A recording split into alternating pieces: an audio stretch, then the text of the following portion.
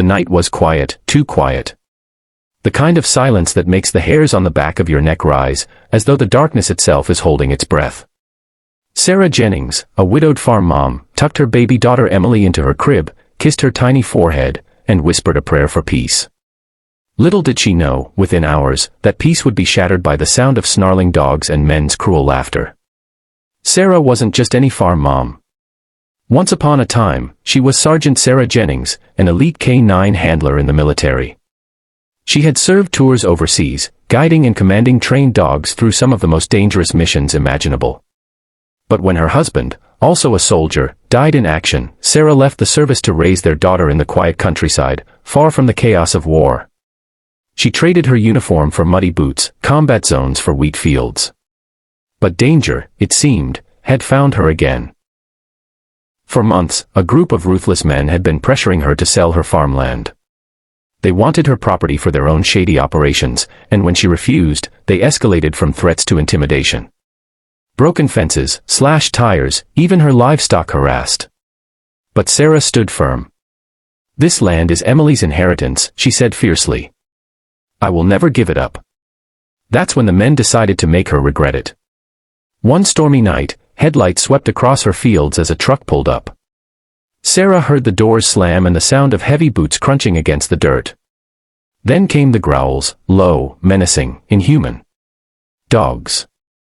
She peeked out the window and saw them, two massive, vicious attack dogs straining against their chains, teeth glinting in the moonlight. The men laughed as they unclipped the chains and pointed toward Sarah's farmhouse. "Let's see how long the farm girl lasts," one of them jeered. Sarah's pulse quickened, but she didn't panic. She had faced worse before. She raced to Emily's crib, scooped her up, and whispered, "Mama's got you, baby girl. Nothing's going to happen to you." Her mind worked like a machine, analyzing, strategizing, calculating. She knew these dogs. She knew their training, their weaknesses, their instincts. She also knew the cruelty of the men who unleashed them. As the dogs charged across the field, Sarah slipped Emily into a safe wooden chest she had prepared for storms, lined with blankets and soft enough for her daughter to rest peacefully inside. "Stay quiet, sweetheart," she whispered. Then Sarah grabbed her old whistle, the same one she had used during her military years. It was a sound only trained handlers knew how to use. The first dog leapt at her, teeth bared. In one swift move, Sarah blew the whistle, sharp and commanding, her body dropping into a handler's stance. The dog froze midair, instincts clashing with confusion. Sarah barked a single word of command, short, guttural, in the language of training. To the shock of the men watching, the dog landed, but instead of attacking, it ci. The night sky was restless. Clouds rolled heavy, and the wind hissed through the old barn doors like a warning. Sarah Jennings stood on her porch, rocking her baby, Emily, gently against her chest. Out here, in the stillness of the countryside, you could hear everything, the chirp of crickets, the rustle of leaves, even the distant howl of a coyote. But tonight, something felt off. It was the kind of silence she had learned to fear back in the military, the silence right before chaos explodes. Sarah had come here seeking peace. After losing her husband overseas, she wanted nothing more than to raise Emily on the land they had dreamed of owning together.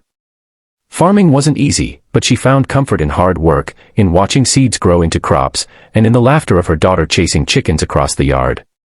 But peace is fragile. And there are always people who see goodness as weakness.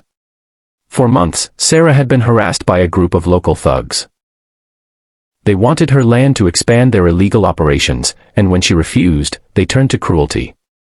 They poisoned her well once, vandalized her fences, even tried scaring her animals at night. Every time, Sarah stood her ground, refusing to bow to their intimidation. "This farm is my daughter's legacy," she told them. "You'll never take it." But that defiance lit a fire of hatred in them. And one night, they decided to break her spirit the only way cowards know how, through fear. The roar of an engine shattered the stillness. A pickup truck screeched to a halt on the dirt road leading to her house. Doors slammed. Rough laughter carried on the wind. Sarah's stomach dropped when she heard it, deep, guttural growls. Dogs. Not farm dogs.